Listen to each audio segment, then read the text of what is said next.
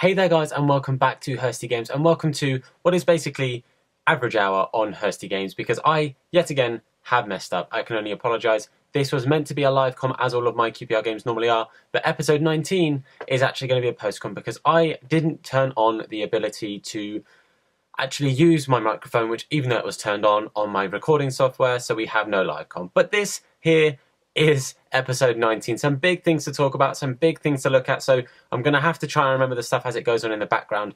But basically, I looked at our finances, £7 million, so we can still get some signings in. We didn't have too many responses as to people who we can look at. We had some great recommendations about potentially a financial takeover and sign a future star, but that is something we will get onto in a little while. But basically, I want to start off by saying sorry. Obviously, the video earlier today as well was a cock-up. Again, my fault.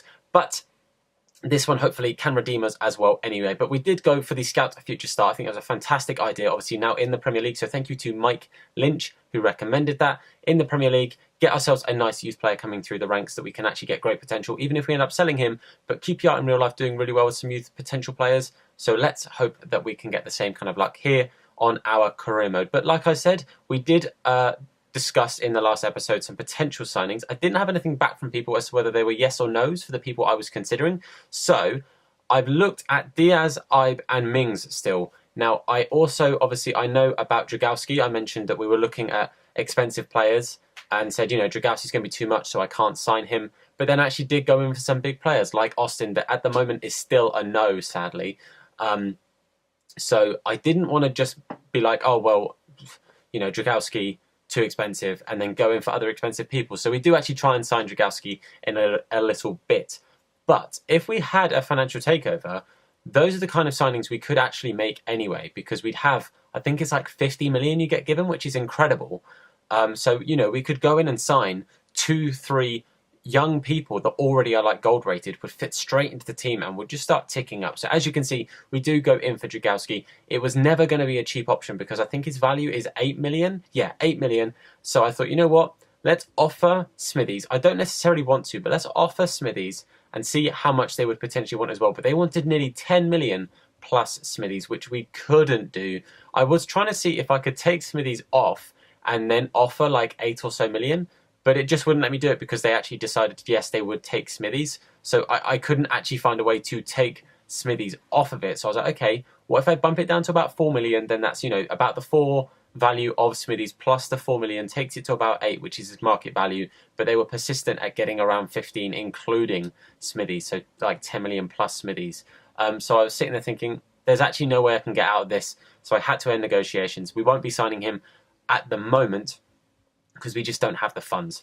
But I decided myself, because I didn't get the feedback from you guys in regards to yes or no's, I thought Mings would be a great option. He's a left back, so he gives us that rotation if someone like Robinson, heaven forbid, gets injured in this series.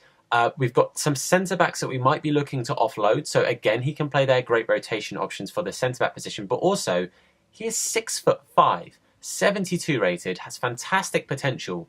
He could play in the CDM position. We'd maybe have to train him up, get that passing stat up just a little bit more than it is right now.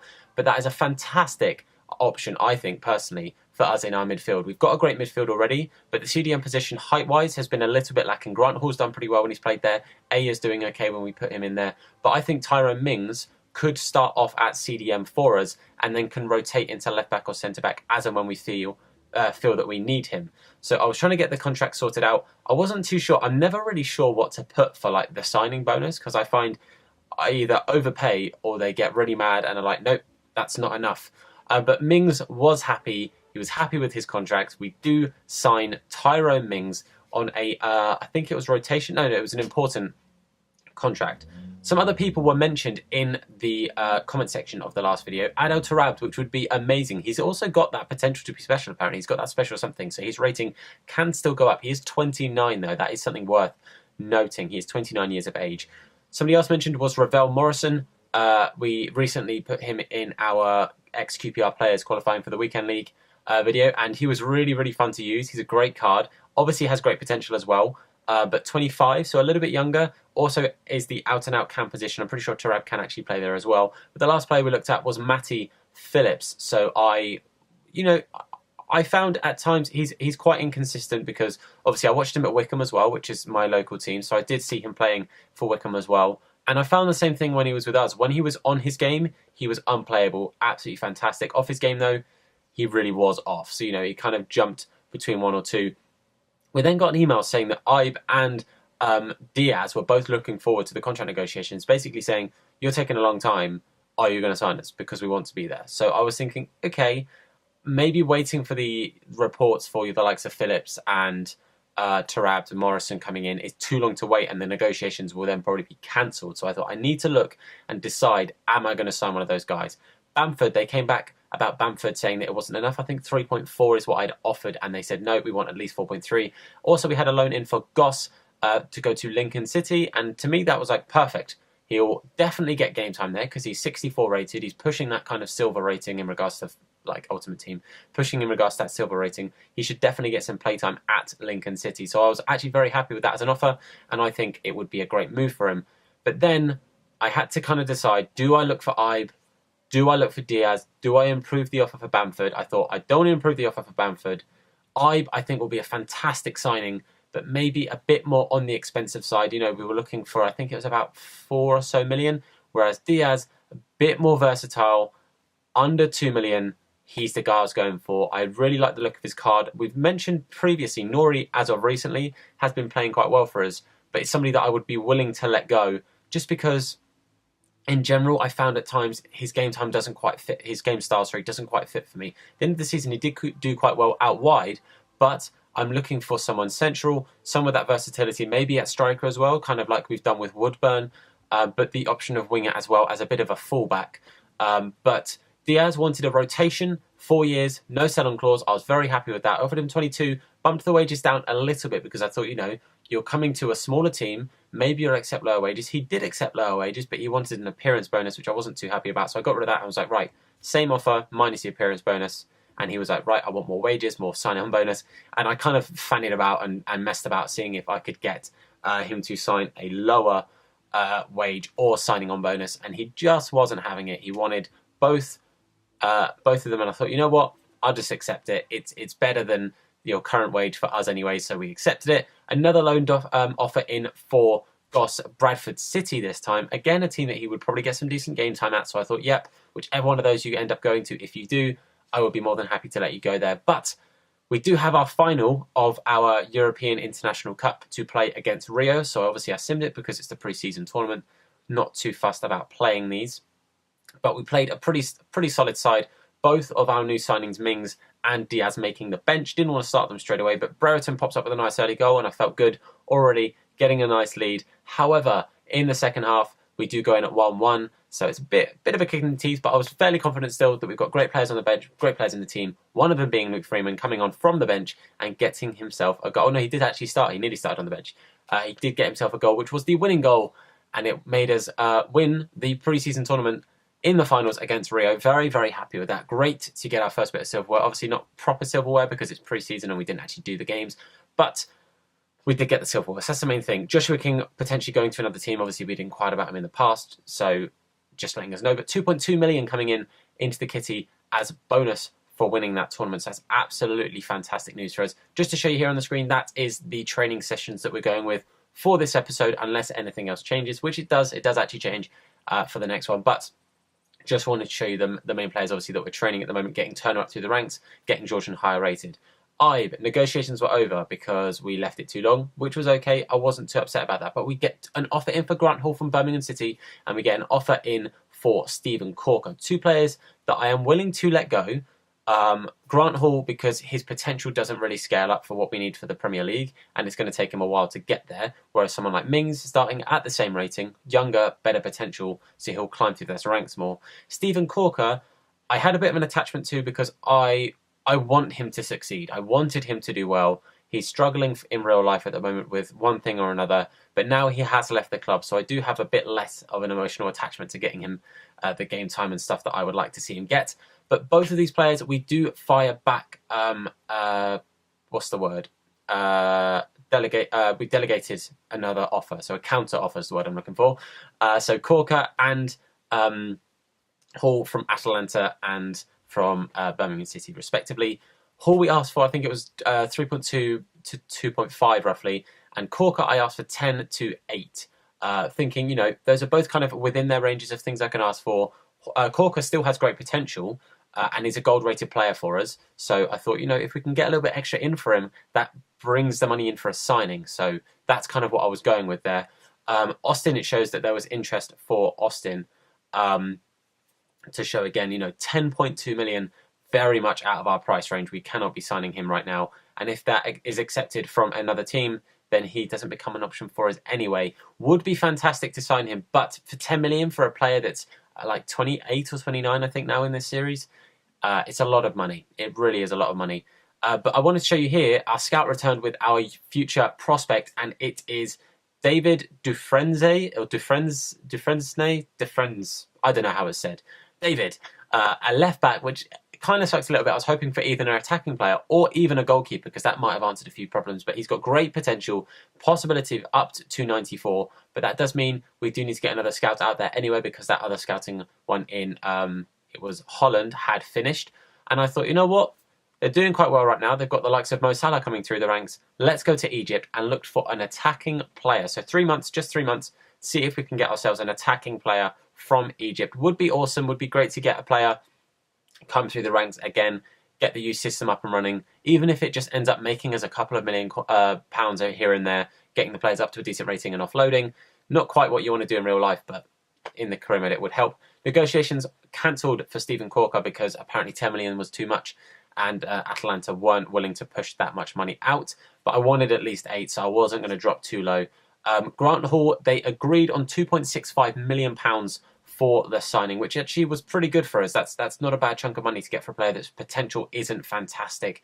We'll be sad to see him go. I do like Grant Hall. I rate him highly as a player, especially actually in that CDM position in real life. I think he's got great potential and great possibility there as and when he is back to full fitness. As you can see here, Morrison, Tarabt, both of their scout reports came back. Tarabt only 70 rated, very cheap, but only 70 rated, and that was a bit of a no to me, just because the whole point of these signings is trying to get the team up. It'd be great to get Tarabt in for nostalgia effect, but it for that age and that rating, to me, wasn't worth it. It would have been a step backwards, which isn't what we're looking for. But we did potentially go in and try and get Ravel Morrison. He, to me, would be a fantastic option, fit straight into the team, would be a great like-for-like replacement for Nori, who obviously we're still considering about his place right now in the team. But we also did look at Matt Phillips. Again, expensive, but would be fantastic. He could play a striker for us. That's one thing to remember. I'm pretty sure he can actually play striker. And if we decided to play out wide, he could then fit in an outside formation. But that's something to find out in a mo. But we do get to friends, or David is what I'm going to call him for now, on the training. So that there now is the set training for this episode. That's what we're training. It's probably going to be fairly similar in the next couple of episodes. Get those guys up in ratings. But unless that changes, I will let you know. But we do go in and try and sign Morrison. Now, my plan here was offer Nori and see if they would accept Nori and some cash, because I don't think Nori was going to be enough. Sadly, even though he's really young, he's like 21 or something like that, or 21, 75 rated. Because he hasn't got potential, obviously, because he doesn't play football anymore in real life, sadly, it doesn't quite equate. They do want a goalkeeper, which we were not going to offer Alex Smithies. I was not having that. But I thought, you know what? I'll offer some money, but whatever I offer, he's going to be angry at, and he's going to be like, oh, not happening. I thought, right, I'll offer Smithies, and he'll say he doesn't want him. And he did. He wasn't good enough for the squad. So I thought, you know what? There's no way I can sign Morrison. It's just not going to happen. He's too expensive. So we had to pull out the Morrison deal as well, which sucks a big old amount. I wasn't very happy about that. And I thought, you know what? Matt Phillips. Let's try the exact same thing. Matt Phillips. They might actually want a cam. That's what we can hope for. If they want an attacking midfielder, then we are potentially in luck. Let's offer Nori, see what they say. They weren't too fussed about that because they wanted, I think it's a striker is what it said. I can't see too much. It's really small on the screen I'm looking at. They wanted a striker, and I thought, okay, we're not going to offer Brereton. Maybe Silla. He's worth 6 million now, which is really, really good for a silver striker. They would consider him plus 7 million, which we don't have. So I was like, you know what? We're not doing it. Can we also appreciate Tony Pulis in a suit and a hat? Love that. But Grant Hall did sell. We got, I think it was just under £2 million back for that transfer. But then we did also get an offer for Nori, and I thought, right, we could be quits in here. Newcastle coming in for Nori, the player we're trying to offload here and part deals. If we can get anything around like 10 million for Nori, we're in luck. So I thought, okay, 10 million's pushing it. What if I ask between 8 and 7? You know, it's not too far off what they've offered me. They offered me, I think it was 6 points something. Like, again, it's small on the screen, but who knows? Let's see if they come back to that. But here is our lineup: Smithies, Robinson, Corker, Akpaguma, and Georgian. We put Mings at CDM, Freeman and Luongo, Woodburn at Cam, and then Brereton and Silla up top. Hopefully, in our Community Shield game, this obviously is our first chance of silverware in this league. Were we going to come away with the first piece of silverware while we're in the Premier League? Obviously, we've got the FA Cup, we've got the Championship Trophy in our time here as a manager. We were going to see if we could actually come away with some silverware. I kept this in here. I just wanted to show you. Obviously, I do these in between each game. It would add massively to the length of the video, but would you potentially want to see the training sessions? I think they'd add a bit too much time. Obviously, this here being just the one, but each week would be 5. So let me know what you think. I personally think it would be a bit too long, but I wanted to show you just a one. And if you want to see it, let me know. But we're going to go into the game now. Let's see if we can come away with what would actually be a massive, massive victory. The lineup I was pretty happy with. We had Diaz on the bench as well. I wanted to bring him on at some point because obviously he's up against his old club, being Manchester City. Would he come on at Cam, striker? If we change the formation to right, left mid, who knows? Who knows where he's going to come on? But I had great hopes. If he did come on, he would do well. But I was absolutely buzzing for this game. I really was. Back in Wembley after finishing there at the end of last season, and I was really, really pumped. Really, really looking forward to it. And I thought, you know what? We've got to start with a bang. And I thought, okay, let's not mess about.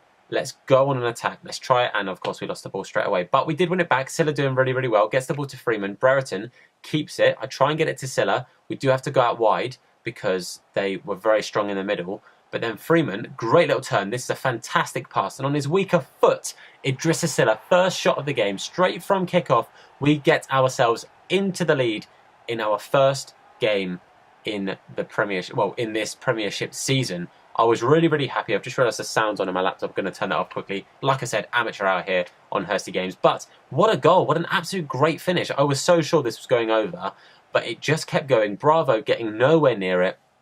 But this game, I really enjoyed playing. They get some great chances here. Good effort, but Smithies equal to it, showing that he has still got potential here, even though we're going into the Premier League. But they were, early on, they were asking the questions. Jesus coming across with a decent effort. He was offside, but a decent chance for him. But we just were really, really good. The build-up play was fantastic. We really, really close to getting a goal there.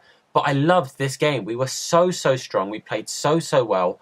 And the build-up was fantastic. Mings doing really well in that midfield. Freeman had a blinder of a game, and so did Idrissa Silla. But look at that pass from Brereton. Filthy. Freeman through. Freeman scoring a goal, putting us 2-0 up against Man City in the Community Shield. I was so happy. That ball was fantastic from Brereton. Look, great hold-up play, great pass. Freeman just had to get on target. It was with his weaker foot as well, but he finds the back of the net. 2-0. I was so excited. We're just coming up to half-time now, and I thought, surely, they're going to stop us now. And I was like, okay, they've won it. But what a bit pick up there from Mings. What a ball. And Brereton makes it 3-0 against Manchester City in the first half. 3-0 at half-time, boys. That is absolutely mad. Absolutely incredible. It felt so, so good to get that lead. And I was on cloud 9 at that point. I didn't know what to do. And of course what I did was I brought on Diaz. I thought, given the game time, I'm going to push Woodburn up to striker, Diaz at Cam. That's the only change we made at half-time. Later on, I did remember that you can actually make as many changes as you want in the Community Shield. Completely forgot that until I was reminded by Man City later on when they did it themselves. But again, we started off strong, great build-up. We get it to Freeman. We do get an effort here. Wasn't quite the best effort, but it just goes to show we were still attacking. We were still really, really strong. I'll show you all the changes that I do make. We do bring on players, but I wanted to show this as well. Nainggolan coming on for Man City. If you saw my BPL transfer video the other day, I definitely predicted that. I 100% called Nainggolan to Man City. My career mode heard me and thought, you know what? That sounds like a great idea. So they did it themselves as well. We do get an attacking corner here for Man City. Great effort from Aguero, who they brought on. He came on and he caused us problems the entire time he was on. He was always a threat. And you see here, same corner routine. I didn't read it that time, and Aguero gets himself a goal. To be fair, probably deserved it. If we'd got a clean sheet, it would have been Smithies having an absolute blinder, because they were asking the questions, they were getting the efforts on target, but we were getting some great blocks. They were getting some efforts off target as well, was their main issue. But Aguero came on and was a real threat for them, making it 3-1. Great run here from Freeman. Gets it to Diaz. I thought, Diaz, go for it, mate. Your first goal. Good save from Bravo. I wanted it a bit more cross goal. Maybe close post could have been an option as well. But we kept asking the questions. Diaz picks it up. Great little 1-2. Finesse. And it was just wide. I thought that was the one. I thought Diaz was going to get himself a goal. And it would have been amazing. But we do bring on Scowen for Freeman. Just fresh legs, and like I said, I then remembered you can bring on everyone. So I brought on Washington. I brought on... Oh, God, I can't remember, and I can't read it on that screen. It's far too small. But we brought on everyone. I just wanted to show you that we brought on everyone, apart from Ingram. But we did actually win. That was full-time. 3-1. I was so pumped. I was so happy to get the win. It felt amazing. And, of course, there we are, lifting the shield. Corker lifting the trophy because I took off Luongo and it made Corker the captain.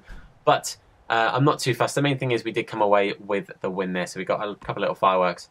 And we did, of course, get our first piece of silverware in the Premier League. So that's 3 trophies we've acclaimed altogether. But back down to reality. Broken down talks between Newcastle and Nori. We asked for too much, apparently, so they weren't interested anymore.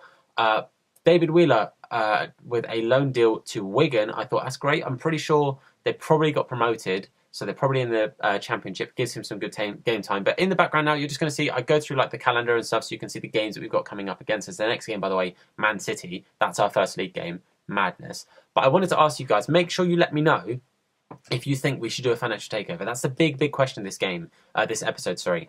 In the comment section, the top comment, I'm going to pin it. I think that's what you do. You pin the comment or something like that. If that comment, I'm going to ask about the financial takeover. If it gets 5 likes, then we will do a financial takeover for the start of the next episode, which will now probably either be tomorrow, so it's going to be a quick turnaround. It's either going to be tomorrow or it will be next Monday. Well, it will be filmed next Monday. So it's either going to be that I film it tomorrow or I film it on Monday. So if that message gets 5 likes, then I will do a financial takeover and we can go absolutely ham in this transfer window. But for now, boys, I'm going to say thank you very much for putting up with this post-com. Really sorry again.